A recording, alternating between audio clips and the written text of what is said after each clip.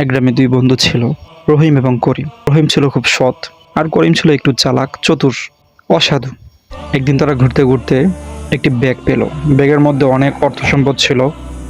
করিম বলল, চলো আমরা এই ব্যাগের টাকাগুলো আমরা দুজনে ভাগ করে নিই এবং কাউকে না বলি। রহিম বলল, আমরা এরকম না করে মোড়ল মশাইকে জানাই, তিনি সিদ্ধান্ত নেবেন এটা কি করা উচিত। রহিম বলল, না। কিন্তু করিম এটাতে রাজি হলো না। সে তো চালাক, তাই সে রহিমকে ভুলিয়ে ভালিয়ে নিয়ে চলে গেল। রাতের বেলা করিম এসে ব্যাগটা নিয়ে গেল এবং অল্প কিছুদিনের মধ্যে করিমের ঘরে অনেক ভালো সামানাপত্র চলে আসলো। এগুলো দেখে গ্রামের মানুষ সন্দেহ করলো।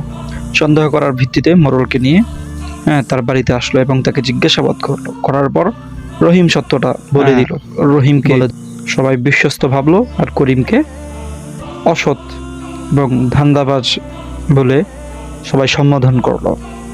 তাই আসুন আমরা সততা অবলম্বন করি এবং ধোঁকাবাজি থেকে আমরা বিরত থাকি।